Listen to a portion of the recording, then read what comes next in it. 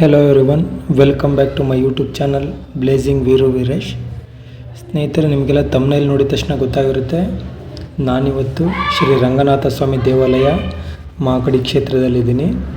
ಈ ಒಂದು ಕ್ಷೇತ್ರಕ್ಕೆ ಮಾಂಡವ್ಯ ಕ್ಷೇತ್ರ ತಿರುಮಲೆ ಅಂತ ಕೂಡ ಹೇಳ್ತಾರೆ. ಈ ಒಂದು ಕ್ಷೇತ್ರ ಬೆಂಗಳೂರಿಂದ ಸುಮಾರು 58ರಿಂದ 60 ಕಿಲೋಮೀಟರ್ ದೂರ ಆಗುತ್ತೆ. ಹಾಗೂ KSRTC BMTC ಬಸ್ ಸೌಲಭ್ಯ ಕೂಡ ಇರುತ್ತೆ. ಸೊ ಯಾರೆಲ್ಲ ಬೆಂಗಳೂರಿಂದ ಬರಬೇಕು ಅಂತಿದ್ದೀರಾ, ನೀವು ಬೆಂಗಳೂರಿಂದ ಮಾಗಡಿ ಹೋಗೋ ಬಸ್ ಹತ್ತಬೇಕಾಗತ್ತೆ. ಹಾಗೂ ಮಾರ್ಗ ಮಧ್ಯೆ ಶ್ರೀ ರಂಗನಾಥ ಸ್ವಾಮಿಯ ದ್ವಾರದ ಬಳಿಯೇ ಬಸ್ ಸ್ಟಾಪ್ ಕೊಡ್ತಾರೆ. ಸೊ ನೀವು ಅಲ್ಲಿಂದ ನಡ್ಕೊಂಡು ಸುಮಾರು 1 ಕಿಲೋಮೀಟ್ರ್ ನಡ್ಕೊಂಡು ಹೋದರೆ ದೇವಸ್ಥಾನದ ಆವರಣವನ್ನು ಸಮೀಪಿಸ್ತೀರ. ಸೊ ಇದು ಒಂದು ದೇವಸ್ಥಾನದ ಆವರಣ. ಈ ಒಂದು ದೇವಸ್ಥಾನ ಪ್ರತಿನಿತ್ಯ ಬೆಳಗ್ಗೆ 8:30ರಿಂದ ಮಧ್ಯಾಹ್ನ 1:30ರವರೆಗೆ ಹಾಗೂ ಪುನಃ ಸಂಜೆ 4:30ರಿಂದ ರಾತ್ರಿ 7:30ರವರೆಗೆ ತೆರೆದಿರುತ್ತೆ. ಸೊ ಯಾರೆಲ್ಲ ಈ ದೇವರ ದರ್ಶನಕ್ಕೆ ಬರ್ತಾಯಿದ್ದೀರೋ ಈ ಒಂದು ಸಮಯದಲ್ಲಿ ದೇವರ ದರ್ಶನವನ್ನು ಕೂಡ ಪಡಿಬೋದು. ಪ್ರತಿನಿತ್ಯ ಇಲ್ಲಿ ದೇವರಿಗೆ ವಿಶೇಷ ಅಲಂಕಾರ, ವಿಶೇಷ ಪೂಜೆ ಅರ್ಚನೆಗಳು ಕೂಡ ನೆರವೇರುತ್ತೆ. ಹಾಗೂ ವಿಶೇಷವಾಗಿ ಪ್ರತಿ ಶನಿವಾರ ಹಾಗೂ ಭಾನುವಾರ ಇಲ್ಲಿ ಬಂದಂಥ ಭಕ್ತಾದಿಗಳಿಗೆ ಪ್ರಸಾದದ ವ್ಯವಸ್ಥೆ ಕೂಡ ಇರುತ್ತೆ. ಸೊ ಯಾರೆಲ್ಲ ಬರಬೇಕು ಅಂತಿದ್ದೀರಾ, ನೀವು ಶನಿವಾರ ಅಥವಾ ಭಾನುವಾರ ಬಂದರೆ ದೇವಸ್ಥಾನದ ವತಿಯಿಂದ ಪ್ರಸಾದವನ್ನು ಕೂಡ ತಗೊಂಡು ನೀವು ಹೋಗ್ಬೋದು. ಹಾಗೂ ಈ ಒಂದು ದೇವಸ್ಥಾನದ ವಿಶೇಷ ಏನಪ್ಪ ಅಂದರೆ, ಇಲ್ಲಿ ಯಾವುದೇ ಜಾತಿ, ಜನಾಂಗ, ಧರ್ಮ, ಲಿಂಗ ಭೇದವಿಲ್ಲದೆ ದೇವರ ದರ್ಶನಕ್ಕೆ ಪ್ರತಿಯೊಬ್ಬರಿಗೂ ಮುಕ್ತವಾದಂಥ ಒಂದು ಅವಕಾಶವನ್ನು ಕಲ್ಪಿಸಿಕೊಟ್ಟಿದ್ದಾರೆ. ಸೊ ಹಾಗಾಗಿ ಎಲ್ಲ ಭಕ್ತಾದಿಗಳಿಗೂ ದೇವಸ್ಥಾನಕ್ಕೆ ಮುಕ್ತವಾಗಿ ಅವಕಾಶ ಇರುತ್ತೆ. ಸೊ ಯಾರೆಲ್ಲ ಬೇಕಾದರೂ ಬಂದು ದೇವರ ದರ್ಶನವನ್ನು ಪಡ್ಕೊಂಡು ಹೋಗ್ಬೋದು. ಈ ಒಂದು ದೇವಸ್ಥಾನದ ಹಿನ್ನೆಲೆಯನ್ನು ಅಥವಾ ಒಂದು ಪುರಾಣವನ್ನು ನೋಡಬೇಕಪ್ಪ ಅಂದರೆ, ಈ ಒಂದು ಮಾಂಡವ್ಯ ಕ್ಷೇತ್ರ ತಿರುಮಲೆ ಅಥವಾ ಮಾಗಡಿ ಶ್ರೀ ರಂಗನಾಥ ಸ್ವಾಮಿ ದೇವಾಲಯವನ್ನು ಈ ಇಂದಿನ ತಿರುಮಲೆಗೆ ಈ ಒಂದು ಬ್ರಹ್ಮಾಂಡ ಪುರಾಣದಲ್ಲಿ ಉಲ್ಲೇಖಿಸಿರುವಂತೆ ಸ್ವರ್ಣಾಚಲ, ಸ್ವರ್ಣಾದ್ರಿ ಪರ್ವತ, ಮಾಂಡವ್ಯ ಕುಟಿ, ಮಾಕುಟಿ, ಮಾಗುಡಿ ಎಂದೆಲ್ಲ ಕರೀತಾ ಇದ್ದರು. ಈ ಒಂದು ಪವಿತ್ರ ಪುಣ್ಯಕ್ಷೇತ್ರದಲ್ಲಿ ಈ ಕ್ಷೇತ್ರವನ್ನು ಅಷ್ಟತೀರ್ಥಗಳಿಂದ, ಅಷ್ಟಪರ್ವತಗಳಿಂದ, ಪವಿತ್ರ ಕಾನನಗಳಿಂದ ಹಾಗೂ ಕಣ್ವ ನದಿ, ಸುಂದರಗಿರಿ, ಈ ಒಂದು ಎಲ್ಲ ಒಂದು ದಿವ್ಯಗಳಿಂದ ಕೂಡಿದಂಥ ಪುಣ್ಯಕ್ಷೇತ್ರವಾಗಿತ್ತು ಅಂತ ಕೂಡ ಹೇಳಲಾಗುತ್ತೆ.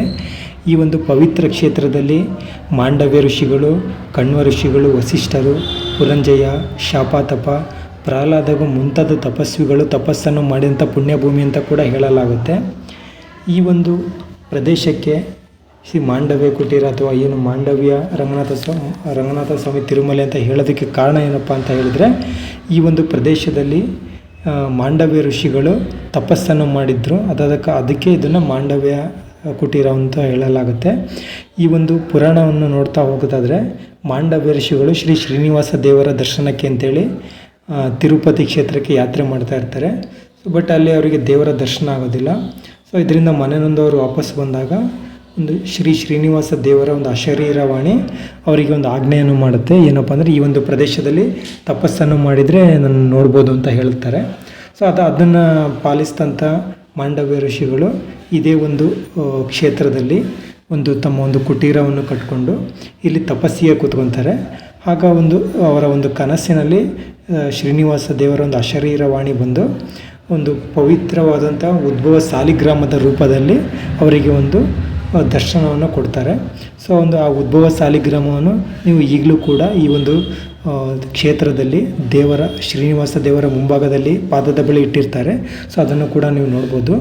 ಸೊ ಒಂದು ಪವಿತ್ರ ಉದ್ಭವ ಸಾಲಿಗ್ರಾಮದ ರೂಪದಲ್ಲಿ ದರ್ಶನ ನೀಡಿ ಅವರಿಗೆ ಒಂದು ಮೆಸೇಜನ್ನು ಶ್ರೀನಿವಾಸ ದೇವರು ಕೊಟ್ಟು ಹೋಗ್ತಾರೆ. ಅದೇನಪ್ಪ ಅಂದರೆ, ನೀವು ನನ್ನನ್ನು ಇಲ್ಲೇ ಪೂಜೆ ಮಾಡಿದರೆ ಈ ಉದ್ಭವ ಸಾಲಿಗ್ರಾಮಕ್ಕೆ ನಿಮಗೆ ಮೋಕ್ಷ ನೀಡುತ್ತೆ ಅಂಥೇಳಿ ಶ್ರೀನಿವಾಸ ದೇವರ ಅಶರೀರವಾಣಿ ಮಾಂಡವ್ಯ ಋಷಿಗಳಿಗೆ ತಿಳಿಸಿ ಹೋಗುತ್ತೆ.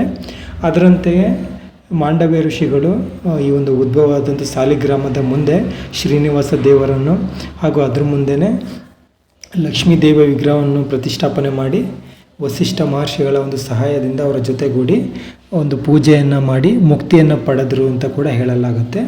ಅದಕ್ಕೋಸ್ಕರನೇ ಈ ಒಂದು ಕ್ಷೇತ್ರಕ್ಕೆ ಮಾಂಡವ್ಯ ಕ್ಷೇತ್ರ ತಿರುಮಲೆ ಅಂತ ಹೆಸರು ಬಂತು. ಅದಾದ ನಂತರ ಹಿಂಗೆ ಮುಂದೆ ಹೋಗ್ತಾ ಹೋದರೆ ಈ ಒಂದು ಮಾಂಡವ್ಯ ಋಷಿಗಳ ಒಂದು ಆಶೀರ್ವಾದದಿಂದ ಈ ಒಂದು ಶ್ರೀನಿವಾಸ ದೇವರ ಒಂದು ವಿಗ್ರಹವನ್ನು ಪ್ರತಿಷ್ಠಾಪನೆ ಮಾಡಿದ್ದಾರೆ. ಅದು ಪಶ್ಚಿಮಾಭಿಮುಖವಾಗಿದೆ. ಅದಕ್ಕೋಸ್ಕರನೇ ಇಲ್ಲಿ ಪಶ್ಚಿಮ ವೆಂಕಟಾಚಲಪತಿ ಅಂತ ಕೂಡ ಈ ದೇವರಿಗೆ ಹೇಳ್ತಾರೆ.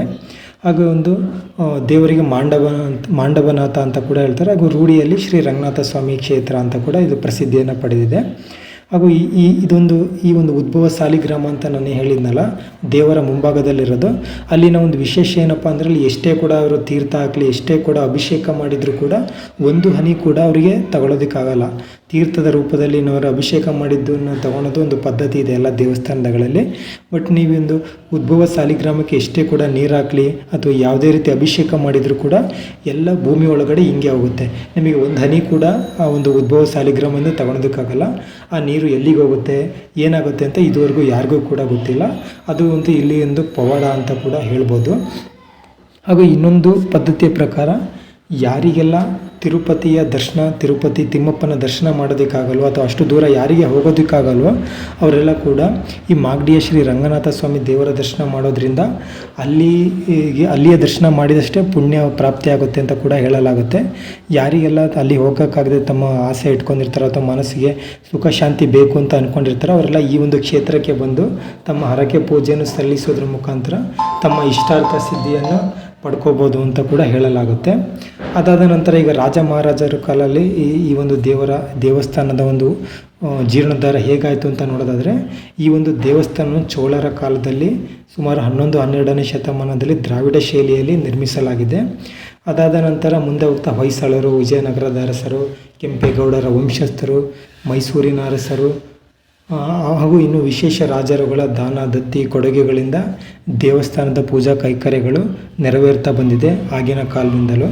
ಹಾಗೂ ಈ ಒಂದು ಶಾಸನಗಳಲ್ಲಿ ಈ ಒಂದು ಸ್ವಾಮಿಯನ್ನು ಈಗೇನು ಶ್ರೀನಿವಾಸ ದೇವರ ವಿಗ್ರಹವನ್ನು ನೀವು ನೋಡ್ತಾ ಇದ್ದಿರಲ್ಲ, ಇದಕ್ಕಿಂತ ಮುಂದೆ ಒಂದು ಗರ್ಭಗುಡಿಯ ದೇವಸ್ಥಾನವನ್ನು ಚಿತ್ರಣ ಮಾಡೋದಕ್ಕೆ ಅವಕಾಶ ಇರೋದಿಲ್ಲ. ಸೊ ಅದಕ್ಕೆ ಅದರ ವಿಡಿಯೋವನ್ನು ನಾನು ತೆಗೆದಿಲ್ಲ. ಸೊ ಆ ಒಂದು ಶ್ರೀನಿವಾಸ ದೇವರಿಗೆ ತಿರುವೆಂಕಟನಾಥ ಅಂತ ಕೂಡ ಉಲ್ಲೇಖಿಸಿದ್ದಾರೆ ಅಂತ ಹೇಳ್ತಾರೆ. ಹಾಗೂ ಈ ದೇವಸ್ಥಾನದ ಪ್ರಾಕಾರದಲ್ಲಿ ಗರುಡ, ಆಂಜನೇಯ ಸ್ವಾಮಿ, ಸರೋಜಲತಿಕ ಲಕ್ಷ್ಮೀ ದೇವಿ, ಆಮೇಲೆ ಸೀತಮ್ಮನವರು, ಶ್ರೀರಾಮ, ಶ್ರೀ ಗೋಪಾಲಕೃಷ್ಣ, ಶ್ರೀ ಬೆಳೆಯೋರಂಗ, ಶ್ರೀ ಸುದರ್ಶನ ಆಳ್ವಾರ್, ಶ್ರೀ ವೈಷ್ಣವ ಪರಂಪರೆ ಆಳ್ವಾರ್, ಶ್ರೀ ಆಚಾರ್ಯರುಗಳು ಪ್ರತ್ಯೇಕವಾದಂಥ ಗುಡಿಗಳಿವೆ. ಹಾಗೂ ಈ ಒಂದು ದೇವಸ್ಥಾನದ ಹೊರಾಂಗಣದಲ್ಲಿ ನೋಡೋದಾದರೆ ಒಂದು ಪುಷ್ಕರಣಿ ಕೂಡ ಇದೆ.